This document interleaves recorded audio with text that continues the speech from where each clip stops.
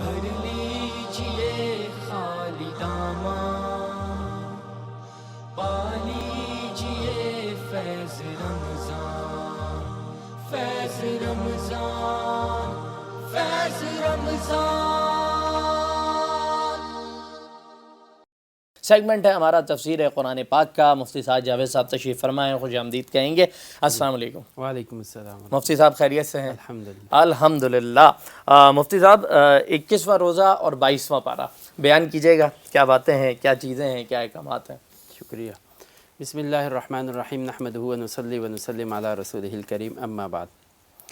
قرآن کریم کے 21ویں پارے کی آخری آیات میں حضور اکرم صلی اللہ علیہ وسلم کے خانگی معاملات کے حوالے سے کچھ گفتگو کا سلسلہ شروع ہوا تھا، جس میں خاص طور پر ازواج مطہرات کے مقام، مرتبے اور ان کے شرف کا تذکرہ کرتے ہوئے انہیں بتایا گیا تھا کہ ان کا رتبہ اور مقام عام خواتین سے کہیں بلند اور برتر ہے، لہذا انہیں اپنے مقام، مرتبے اور شرف کا خاص طور پر خیال رکھنا چاہیے۔ 22ویں پارے کی ابتدا میں بھی اسی بات کا تذکرہ ہے اور کہا گیا ہے کہ اگر وہ اس شرف، مقام و مرتبے کا پاس و لحاظ نہیں رکھنا چاہتی تو انہیں اجازت ہے کہ وہ حرم نبوی چھوڑ دیں۔ اگر حرم نبوی سے منسلک رہنا ہے تو پھر ان ساری چیزوں کا خیال اور پاس رکھنا پڑے گا۔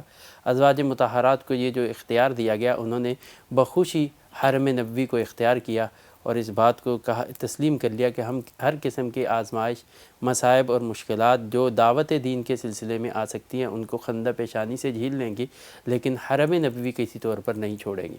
اس لیے اللہ رب العزت نے ازواج مطہرات کو 5 بنیادی اوصاف اپنانے اور ان کے ذریعے عام امت المسلمین خواتین کو بھی ان اوصاف سے متصف ہونے کی ترغیب دی۔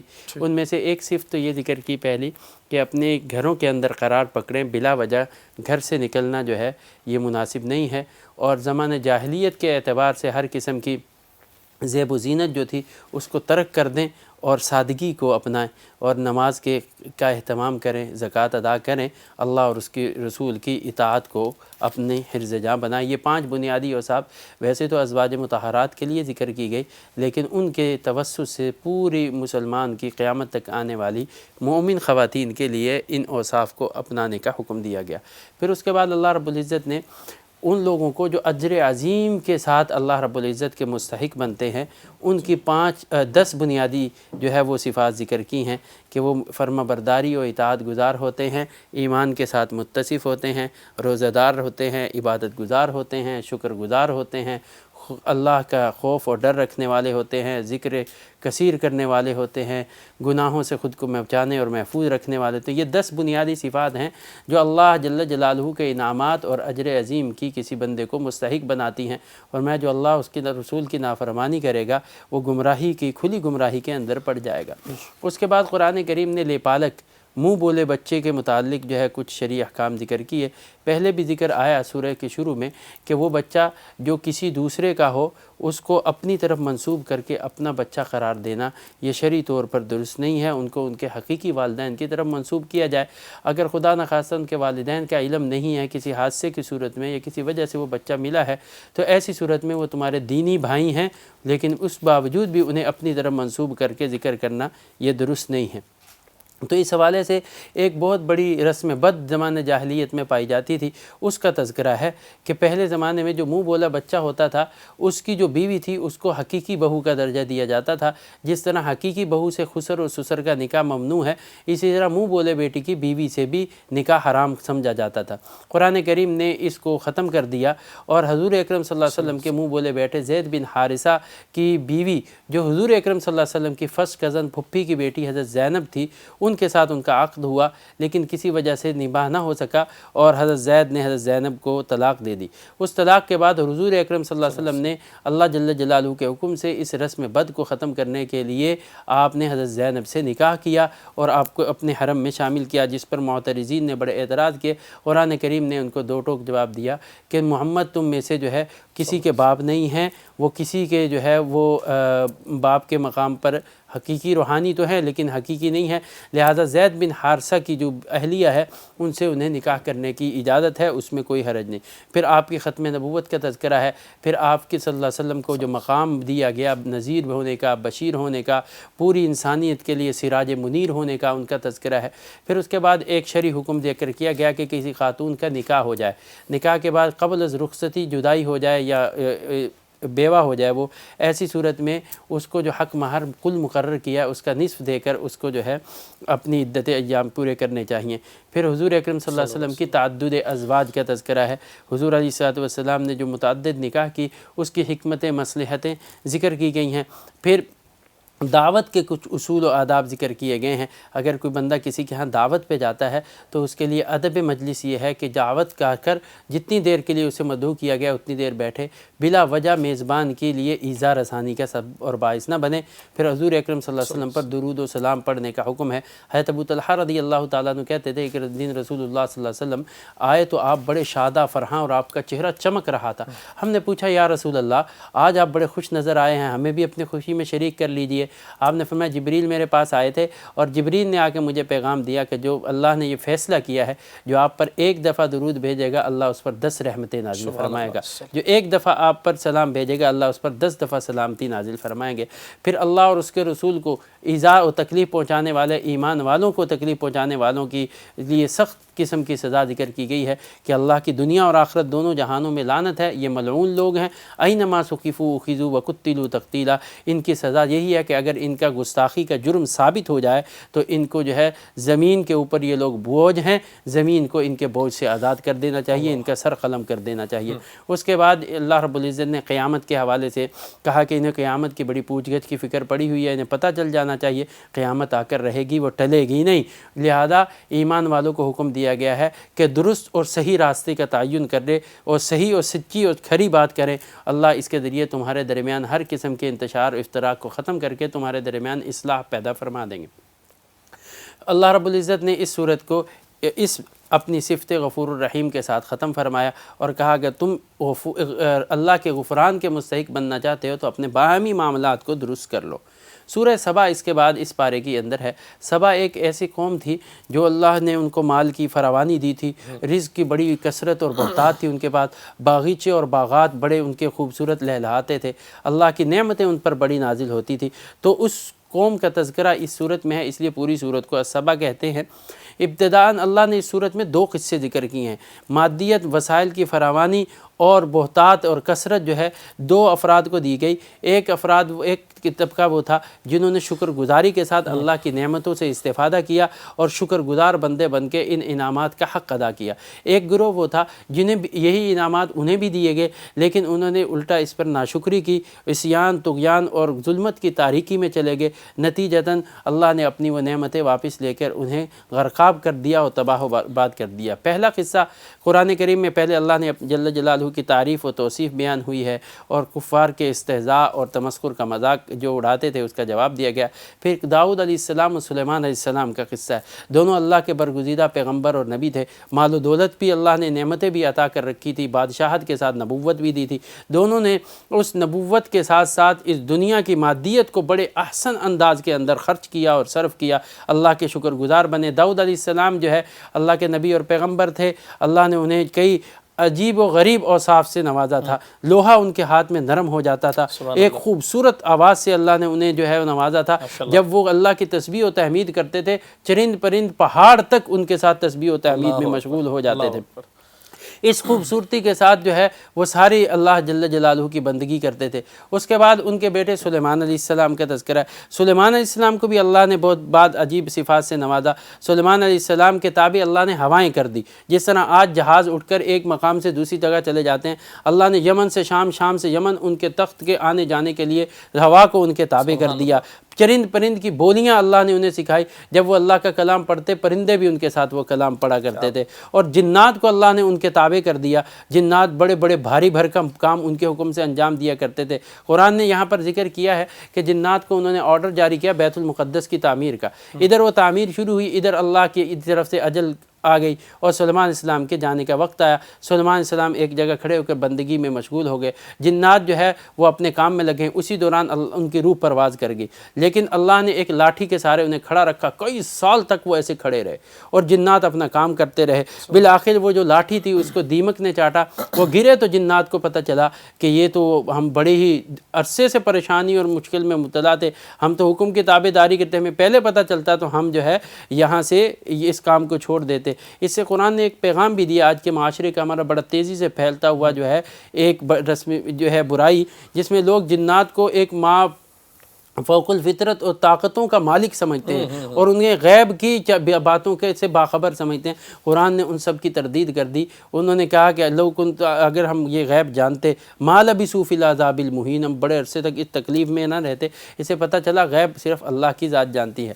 اس کے بعد قرآن کریم نے ان شکر گزار بندوں کے گروہ کا ذکر کرنے کے بعد ناشکرے لوگوں کا تذکرہ کیا۔ قوم سبا جو نے کہا بہت مال و دولت، بڑی فراوانی، باغات، وہ قوم تھی جنہوں نے دنیا کے اندر جو ہے سب سے پہلے جو ہے ڈیم بنانے کو بنایا۔ ڈیم کے بانی جو تھے قوم سبا تھی۔ جس طریقے سے یہ کہا جائے کہ داؤد علیہ السلام سب سے پہلے اسٹیل مل کے بانی تھے، انہوں نے اسٹیل مل قائم کی، اسی طریقے سے قوم سبا نے ڈیم بنائے، بڑے بڑے ڈیم تھے۔ سد معارب کے نام کا ایک ڈیم تھا، انہوں نے، آپ نے انبیاء سیریز میں اس حوالے سے پڑھا ہوگا، تو سد معارب جو ہے وہ بڑا ڈیم تھا جو ان کو خوشحالی کا باعث و سبب تھا، لیکن انہوں نے اس خوشحالی کو اپنے محنت کا ثمرہ اور نتیجہ سمجھ لیا، اللہ کی ناشکری میں لگے، اللہ کی طرف سے پکڑ اور عذاب آیا، اس کے نتیجے میں وہی لہلہاتے باغ جو ہے خاردار جھاڑیوں کے اندر تبدیل ہو گئے۔ پھر اللہ نے مشرکین کو مختلف اسلوب انداز میں اپنی توحید کی دعوت دی ہے، کبھی جو ہے استفہامیہ انداز میں، کبھی کسی انداز میں، کبھی کسی انداز میں، اور اللہ رب العزت نے اس طریقے سے دعوت دین کے ساتھ اس جو ہے سورت کو ختم فرمایا۔ سورہ فاطر نام سے واضح ہے اللہ کی خالقیت اور اس کی جو ہے مالک اور طاقت اور قدرت کے اعتبار سے جو ہے وہ ظاہر کر رہی ہے کہ فاطر وہ پیدا کرنے والا۔ پوری صورت اللہ کی قدرت کا مظہر ہے، پوری صورت ابتداء الحمدللہ فاطر السماوات والارض جاعل الملائکۃ رسلا اولی اجنحۃ مثنی وثلاث ورباع۔ اللہ نے یہ کائنات بنائی، ایک بڑی پاکیزہ، بڑی طاقتور ڈیل ڈول والی مخلوق فرشتوں کی صورت میں بنائی۔ شیطان انسانی اعمال کو مزین کر کے، مسخر کر کے اس کے سامنے جو ہے اس کو گمراہ کرنے کے لیے پیش کرتا ہے۔ اللہ نے سمندر بنائے، ان میں روک اور ٹوک لگائی، پھر میٹھے اور کھارے پانی کا فاصلہ رکھا، پھر اللہ رب العزت نے دن کو رات، رات کو دن میں تبدیل کیا، پھر اللہ نے فرمایا کہ اے ایھا الناس انتم الفقراء الی اللہ، تم سارے اس سب کے باوجود اللہ کے محتاج ہو، واللہ هو الغنی الحمید، اللہ تو بے نیاز تعریفوں والا ہے۔ اللہ رب العزت کی ذات کو سمجھنے کے لیے انسانیت کو سمجھنے کے لیے کہا گیا۔ اللہ رب العزت نے کوئی کسی کی بدعملی کا جواب دہ نہیں ہے، ہر ایک اپنا بوجھ خود اٹھا کر اللہ کے حضور پیش ہوگا، کوئی چاہے گا بھی کوئی اس کا وزن اٹھا لے نہیں اٹھا سکے گا۔ پھر قرآن کریم نے مثالوں سے دیا کہ اندھا بہرا برابر ہو سکتے ہیں، کیا سننے والا اندھا اور دیکھنے والا برابر ہو سکتے ہیں؟ وما یستوی الاعمی والبصیر ولا الظلمات ولا النور، کیا روشنی اور تاریکی برابر ہو سکتی ہیں؟ وما یستوی الاحیاء ولا الاموات، زندہ اور مردہ برابر ہو سکتے ہیں؟ جب یہ سب نہیں ہو سکتا تو ایمان والے اور کافر کیسے برابر ہو سکتے ہیں؟ پھر اللہ نے اپنی قدرت کے دلائل کے ساتھ ایمان والوں کے 3 درجات ذکر کیے ہیں۔ ایک درجہ ایمان والوں کا ہے فَمِنْهُمْ ظَالِمٌ لِنَفْسِهِ، جو گناہوں سے لت پت ہے، وَمِنْهُمْ مُقْتَصِد، ایک وہ ہے جو میانہ روی سے گناہ بھی ہیں نیکیاں بھی ہیں، وَمِنْهُمْ سَابِقٌ بِالْخَيْرَاتِ، جو ہے نیکیوں میں آگے بڑھے ہوئے ہیں۔ اللہ نے فرمایا جنت کے اولین مستحق سابق بالخیرات ہے، مقتصد اور ظالم بھی بالآخر جنت جائیں گے اپنی سزا کا جو ہے بھگتنے کے بعد، اور جنت کی نعمتوں کا تذکرہ کیا ہے۔ وہاں پہنچ کر وہ کیا کہیں گے؟ الحمدللہ الذی اذھب عنا الحزن، وہ اس رب کی شکر اور تعریف ہے جس نے غموں کو ہم سے دور کر دیا۔ یہ جنت وہ ہے لا یمسنا فیہا نصب ولا یمسنا فیہا لغوب، یہاں نہ شور شرابہ ہے، نہ کسی کی ہٹو بچو ہے، نہ کسی قسم کی تکلیف ہے۔ اللہ رب العزت کہہ رہے ہیں کہ یہ لوگ جو ہماری نافرمانیاں کر رہے ہیں، انہیں یاد رکھنا چاہیے ان سے طاقتور گزرے ہیں، ہم نے ان کو نیست و نابود کر دیا، یہ کیا طاقت رکھتے ہیں؟ لہذا ہر ایک اپنے اعمال کا جواب دہ ہے، کسی پر کوئی ظلم نہیں ہوگا۔ سورہ یاسین کی ابتدائی 1.5 رکوع اس پارے کا حصہ ہے۔ سورہ یاسین کو قلب قرآن قرار دیا گیا۔ اللہ کے نبی نے خواہش ظاہر کی کہ یہ قرآن کا دل ہے، میری خواہش یہ ہے کہ قرآن کا دل ہر مسلمان کے دل میں ہونا چاہیے۔ سبحان اللہ۔ قرآن کریم کی اس صورت کے اندر اللہ نے آخرت کے معاملے کو بہت واضح انداز میں اجاگر کیا ہے۔ ابتداءً قرآن کریم کی قسم کھا کر اللہ کے نبی کی رسالت کا اعلان کیا گیا ہے، اور پھر بتایا گیا کہ آپ کا کام دعوت دین ہے، اگر کوئی مانے نہ مانے اس میں آپ کی ذات اور آپ کے عمل پر کوئی فرق نہیں پڑتا۔ پھر قرآن کریم نے ایک ایسی بستی کا ذکر کیا ہے جہاں یکے بعد دیگری اللہ نے 3 پیغمبر اور رسول بھیجے، انہوں نے پیغمبروں کی دعوت کو جو ہے مسترد کیا۔ ایک ناصح اس قوم کا جو عمل کے اعتبار سے اور کام کے اعتبار سے وہ تھا، کارپینٹر تھا، بڑھائی تھا، وہ نبیوں کی دعوت کے اوپر لبیک کہتے ہوئے ان کی حمایت و نصرت میں کھڑا ہوا۔ قوم نے اس کی نصیحت کو پس پشت ڈال کر جو ہے اسے شہید کر دیا۔ اس کی شہادت کے بعد جو ہے کہ تمنا اور خواہش کو قرآن نے ذکر کیا ہے، جو انشاءاللہ 23ویں پاری میں آئے گی۔ اسی ناصح کے قصے کی ابتدائی چند نصیحتوں کے ساتھ اس پارے کو اختتام پذیر کیا گیا ہے۔ ٹھیک ہے جی، جزاک اللہ سعد بھائی۔ سعد بھائی 2-3 سوال ہیں جو اس ساری گفتگو کے دوران ہمارے ذہن میں جنم لیے۔ سب سے پہلے تو جو کسی بچے کو اڈاپٹ کرنے کا جو معاملہ ہوتا ہے، جس کو گود لیا جاتا ہے اور اس کے بعد اس کی پرورش کا عمل ہے، آیا یہ کہ اس کے والدین اب ہیں یا نہیں ہیں، 2 کنڈیشن ہوتی ہیں، یا تو بالکل ہی بچہ ماں باپ سے محروم ہو۔ اس میں ایک تو یہ جو آپ نے کہا کہ وہ اپنا نام، جو شخص اس کو گود لے رہا ہے وہ اپنا نام اس کے نام کے ساتھ نہیں لگا سکتا، اور ساتھ ہی جو ان کی کچھ جیسے کہنا چاہیے کہ احکامات ہیں، کیا ان کے حقوق ہیں، کیا ایسے وقت میں گود لینے والے کے فرائض کیا ہیں، آپ لے کے کئی بچوں میں اگر آپ کی بھی اولاد ہے، وہ بچہ بھی ہے، اس کے اندر کوئی اونچ نیچ کرتے ہیں فرائض کی ادائیگی کے اندر، اس کے لیے کیا احکامات ہیں، اس کو ذرا سا اس پر روشنی ڈالیے گا۔ دیکھیں، پہلی بات تو قرآن کریم کا واضح حکم ہے کہ ادعوہم لآبائہم هو اقسط عند اللہ، کہ ان کے ماں باپ کے ساتھ کے نام، حقیقی ماں باپ کے نام کو ان سے الگ کرنا، جدا کرنا، یہ اس کی شرعاً اجازت نہیں ہے اگر ماں باپ موجود ہیں۔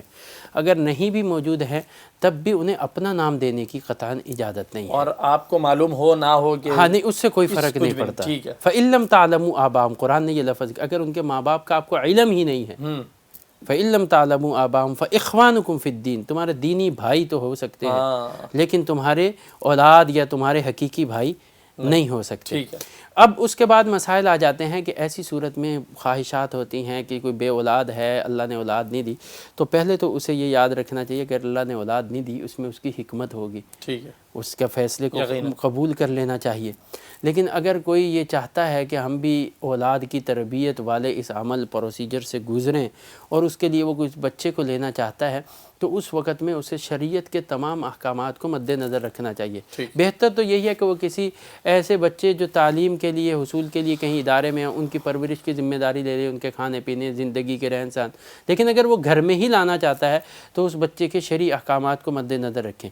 وہ بچہ آپ کے حق میں رشتے، اگر کوئی اور رشتہ موجود نہیں اس کے ساتھ تو وہ اجنبی ہی کہلائے گا۔ اگر رشتہ موجود ہے لیکن اس صورت کے اندر رشتے کی نوعیت دیکھی جائے گی، مثلا آپ نے اپنی بیوی، آپ کی گھر والی نے اپنی بہن کا بچہ لے لیا یا اپنے بھائی کا بچہ لے لیا، بیٹا لے لیا ہے، اب وہ اس کے لیے محرم ہے، وہ اس کا بھانجا ہے، وہ خالہ ہے اس کی، یا پھپھو ہے، بھتیجا ہے، تو اس صورت میں تو کوئی مسئلہ نہیں ہے۔ اگر وہ اپنے خاندان سے لاتی ہے، وہ لڑکا ہے تو اس کی خالہ یا پھپھو ہے، اس کی محرم ہے، کوئی مسائل نہیں ہے، اور آپ مرد ہیں، وہ بھی مرد ہے۔ دوسری صورت میں اگر آپ نے بچہ لیا ہے، آپ لینا چاہتے ہیں، آپ بیٹا لے کر آ رہے ہیں تو مسائل ہو سکتے ہیں، لیکن اگر آپ بیٹی لے کر آ رہے ہیں، وہ آپ کی بھانجی ہے یا آپ کی بھتیجی ہے، تب بھی کوئی مسئلہ نہیں ہے۔ لیکن اگر معاملہ اس کے برعکس ہو جائے، آپ کی بیوی جو ہے وہ بچی لے کر آتی ہے، اپنی بہن کی یا اپنے بھائی کی، اب وہ بچی آپ کے حق میں اجنبی ہے، آپ اس کے لیے محرم نہیں ہیں، لہذا جیسے ہی وہ بچی بلوغت کی عمر کو پہنچ جائے گی، آپ سے اس کا شرعی پردہ شروع ہو جائے گا۔ اسی طریقے سے آپ بچہ لے کر آتے ہیں، لڑکا لے آتے ہیں اپنے بھتیجے یا بھانجے کو، اب اس بچی، اس خاتون جو خاتون خانہ آپ کی بیوی، اس کے حق میں جو ہے وہ اجنبی ہے، جیسے ہی وہ بڑا ہوگا آپ کی بیوی کا اس سے پردہ شروع ہو جائے گا۔ تو کئی سارے شرعی مسائل جنم لیتے ہیں۔ اس حوالے سے اول تو اللہ کے فیصلے کو قبول کر لینا چاہیے، لیکن کریں تو اس صورت کے اندر آپ ان تمام شرعی احکامات اور تمام شرعی پہلوؤں کو مد نظر رکھ کر اہل علم علماء سے مشورہ کر کے اس معاملے میں قدم اٹھائیں، اور یاد رکھیں یہ قدم اٹھانے سے آپ کا وہ بیٹا پھر بھی نہیں بنے گا۔ اس لیے اگر اللہ نے آپ کو اولاد دی ہے، جو آپ نے سوال اٹھایا ہے، تو آپ کی وراثت، آپ کی جائیداد، آپ کی زمین کے اندر اور آپ کے مال و متاع کے اندر آپ کے حقیقی بچے زیادہ حقدار ہیں بنسبت اس کے۔ آپ اپنی زندگی میں جو اس کو دے دیں وہ تو ٹھیک ہے، لیکن آپ کے جانے کے بعد دنیا سے اگر کوئی آپ کا مال و متاع ہے تو آپ کے حقیقی اولاد میں وراثت کے طور پر تقسیم ہوگا، اس بچے کو نہیں ملے گا۔ بالکل ایسے ہی۔ اور اگر کوئی آپ کیا کہتے ہیں، جیسے کہنا چاہیے کہ آپ کسی بچے کو گود لیتے ہیں اور اس کا نہ آپ کی بیوی سے کوئی تعلق ہے نہ آپ سے کوئی تعلق ہے، تو بلوغت کی عمر کے بعد وہ آپ کی جو سگی بیٹی ہوگی وہ ایک دوسرے کے لیے محرم نہیں ہوں گے۔ جی بالکل ایسا ہی ہے، ٹھیک ہے جی۔ تو اس پہ بڑا احتیاط برتنے کی ضرورت ہے۔ نبی اکرم صلی اللہ علیہ وسلم کی ازواج مطہرات کے متعلق بھی آپ نے ذکر کیا تھا، اور اس میں ایک سوال یہ آتا ہے اصل میں، جو مخالفین ہیں جنہیں کسی نہ کسی بات کے اوپر جی پروپیگنڈا کرنا ہے، معاذ اللہ، نبی اکرم صلی اللہ علیہ وسلم کی شخصیت تو ہر عیب سے پاک ہے، بے شک، لیکن کچھ بدبخت ہیں، کچھ فتنہ جو عناصر ہیں جو یہ بات کرتے ہیں سعد بھائی کہ نبی اکرم صلی اللہ علیہ وسلم کی ازواج کی جو ایک تعداد ہے اس کو لے کر بھی کچھ معاذ اللہ سوال اٹھائے جاتے ہیں کہ نبی اکرم صلی اللہ علیہ وسلم کے جو تعداد ہے ازواج کے، اس کے زیادہ ہونے کے متعلق آپ میری بات سمجھ رہے ہوں گے، میں تھوڑا الفاظ میں محتاط رہنا چاہ رہا ہوں، میں کھل کے بات نہیں کہنا چاہ رہا، تو اس کے اوپر ذرا روشنی ڈال دیجیے گا، جو فتنہ جو عناصر کی جانب سے جو ایک بالکل بغیر کسی بیس کے سوال اٹھایا جاتا ہے، اس کو کلیئر کر دیں۔ دیکھیں یہ موضوع جو تھا یہ مستشرقین کا خاص دلچسپی کا موضوع رہا۔ اسلام کے خلاف جو پروپیگنڈا عناصر تھے، انہوں نے جہاں کئی اور اسلام کی مثلا جہاد ہے، غلامی کا مسئلہ ہے، وہاں ایک تعدد ازواج کا مسئلہ بھی انہوں نے بڑی شد و مد کے ساتھ اسلام پر بنیادی طور پر اعتراض اٹھانے کے لیے اٹھایا، اور اس کو اتنا زیادہ ہیجانی کیفیت دی کہ معاذ اللہ ہمارے ہندوستان بر صغیر کے اندر اس حوالے سے کئی ایسے بدبخت پیدا ہوئے۔ ایک بدبخت نے کتاب لکھی رنگیلا رسول کے نام سے، اور اس میں اسی مسئلے کو اس نے انتہائی توہین امیز انداز میں ذکر کیا۔ راجپال جو اس کا پبلشر تھا، پھر جسے جو ہے وہ قتل کیا غازی علم الدین نے۔ تو یہ موضوع بڑی دلچسپی کے حوالے سے اعتراض اٹھانے کے لیے انہوں نے رکھا، لیکن اگر ذرا تھوڑی سی بھی سینس، تھوڑی سی بھی عقل استعمال کریں تو یہ اعتراض بنتا ہی نہیں ہے۔ دیکھیں رسول اللہ صلی اللہ علیہ وسلم کا پہلا نکاح جن خاتون سے ہوا، حضرت خدیجہ الکبریٰ رضی اللہ تعالی عنہا، وہ آپ سے عمر میں دگنی ہے۔ اگر کوئی نفسانی خواہش کا عنصر اس میں موجود ہوتا تو آپ اس طرف، اس پہلو میں کیوں جاتے؟ ہمارے ہاں ہر نوجوان جب شادی کرنے کے اس پہلو کے لیے آتا ہے تو وہ اپنی سے کم عمر اور چھوٹی عمر کی خاتون کی طرف دلچسپی رکھتا ہے، اور یہ انسانی فطرت اور طبیعت ہے۔ لیکن آپ نے اپنی عین جوانی میں 25 سال کی عمر میں 40 سال کی خاتون سے، جو پہلے سے 2 شوہروں کی بیوگی میں آ چکی تھی، ایک روایت میں تو ایک طلاق ہے اور ایک بیوگی ہے، بہرحال 2 اس کے عقد حضرت خدیجہ الکبریٰ رضی اللہ تعالیٰ عنہا کے آپ سے پہلے ہو چکے تھے، جن سے اولاد بھی تھی۔ آپ اس خاتون سے نکاح کرتے ہیں، پھر جب تک وہ آپ حیات ہیں اس خاتون کے ساتھ ہی عقد نکاح میں ہیں، آپ نے دوسری شادی نہیں کی۔ اب پھر اس کے بعد آپ آ جائیں تو آپ نے جن خواتین سے نکاح کیا ان میں سوائے حضرت ام المومنین عائشہ رضی اللہ تعالیٰ عنہ کے کوئی بھی کم عمر نہیں ہے، سب بیوہ ہیں، بالکل سب کے جو ہے پہلے سے عقد ہوئے ہیں، پھر جو ہے دوسرے عقد میں آپ نے ان کو لیا ہے، سوائے حضرت ام المومنین حضرت عائشہ رضی اللہ تعالیٰ عنہ کے۔ تو اگر اس میں کہیں بھی کہیں معاذ اللہ کوئی اپنی نفسانی خواہش کا عنصر یا پہلو یا اس قسم کا کوئی بات ہوتی تو یہ عام آئی سینس رکھنے والا ایک عام آدمی بھی یہ کہہ سکتا ہے کہ بچیاں موجود ہیں، چھوٹی چھوٹی بچیاں موجود ہیں۔ عرب آپ کو بچیوں کی پیشکش بھی کر چکے ہیں مشرکین کہ ہم آپ جو بچی پہ ہاتھ رکھیں گے آپ کے عقد میں دے دیں گے، لیکن آپ نے ایسا نہیں کیا، تو اس کا مطلب یہ ہے کہ اس کا کوئی اور پہلو ہوگا۔ اس پر تفصیل ڈیٹیل میں جایا جا سکتا، وقت نہیں ہے۔ آپ کے ان فیصلوں کی سماجی، معاشرتی، سیاسی اور بہت سارے اخلاقی پہلو تھے، ان پہلوؤں کو مد نظر رکھ کر آپ نے جو ہے یہ شادیاں کی۔ آپ کی ہر شادی کے پیچھے ایک بہت بڑا عرب کا معاشرہ امن میں آیا، اور اس کی وجہ سے بہت سے اس کے سیاسی جو ہے مقاصد حاصل ہوئے، بہت سارے معاشرتی برائیوں کو نے جو ہے وہ جنم لیا ہوا تھا وہ ختم ہوئی، بہت سارے اخلاقی جو ہے معاشرے کو اٹھان ملی۔ تو آپ کی ان شادیوں کے سیاسی، سماجی، معاشرتی، اخلاقی پہلو تھے جو عام ایک تھوڑی سی سینس رکھنے والا آدمی بھی سمجھ سکتا ہے. باقی اگر کوئی جو ہے مخالفت پہ ہے تو وہ مخالفت تو کرتے آئے ہیں. وہ قرآن کریم نے ہر پارے میں آپ نے دیکھا ان کی مخالفت، بیجا قسم کے بیہودہ اعتراضات. اور آج جو ہے جو ذرا سا مخالف بھی ہو اور تھوڑا سا علم اور شعور رکھتا ہو وہ بھی یہ تسلیم کرنے پر جو ہے وہ آمادہ ہو جاتا ہے کہ اس کا وہ پہلو ہرگز نہیں ہے جسے اٹھایا جاتا ہے اور جس پر اسلام پر اعتراض کیا جاتا ہے. بے شک. سعد بھائی بالکل اختتامی لمحات ہیں، بہت مختصراً صرف اس چیز پر روشنی ڈال دیجیے گا کہ آپ نے وہ دعوتوں کا ذکر کیا کہ جی بلا رہے ہیں، کتنی دیر جانا ہے، سب کرنا ہے. بڑی غلط روایت چل پڑی ہے کہ لوگوں کا ایک فرد آپ کو دعوت پہ بلا رہا ہے، بھائی آپ وہاں جائیں، استفادہ کریں. نہیں، ایک تو واپس آنے کے بعد اس پہ بڑی مین میخ ہوتی ہے، کھانوں کے اوپر بڑی بات ہوتی ہے، اور کچھ لوگ سامنے والے کے جذبات کا خیال کیے بغیر کسی نہ کسی انداز میں اپنی بات، کسی ناگواری کا اظہار کر دیتے ہیں، اور اس سے سامنے والے کے اوپر بھی ایک بڑا گرا گزرتا ہے کہ جی میں نے بلایا اور اس کے بعد یہ ساری چیز ہو رہی ہے. تو اس کو ذرا کر دیں کہ یہ کتنا غلط عمل ہے، اس سے محفوظ رہنا چاہیے. قرآن کریم نے یہاں پر ایک لفظ استعمال کیا ہے. جی. اصل میں ایک واقعہ تھا اس کے پس منظر میں. حضور اکرم صلی اللہ علیہ وسلم نے اپنی ایک زوجہ مطہرہ کی دعوت ولیمہ پر صحابہ کو بلایا. جی. صحابہ آئے، اب وہاں پر بیٹھے، کھانا وانا کھایا تو حجرہ مبارک چھوٹا سا تھا. کھانا کھانے کے بعد بیٹھ گئے گپے لگانے.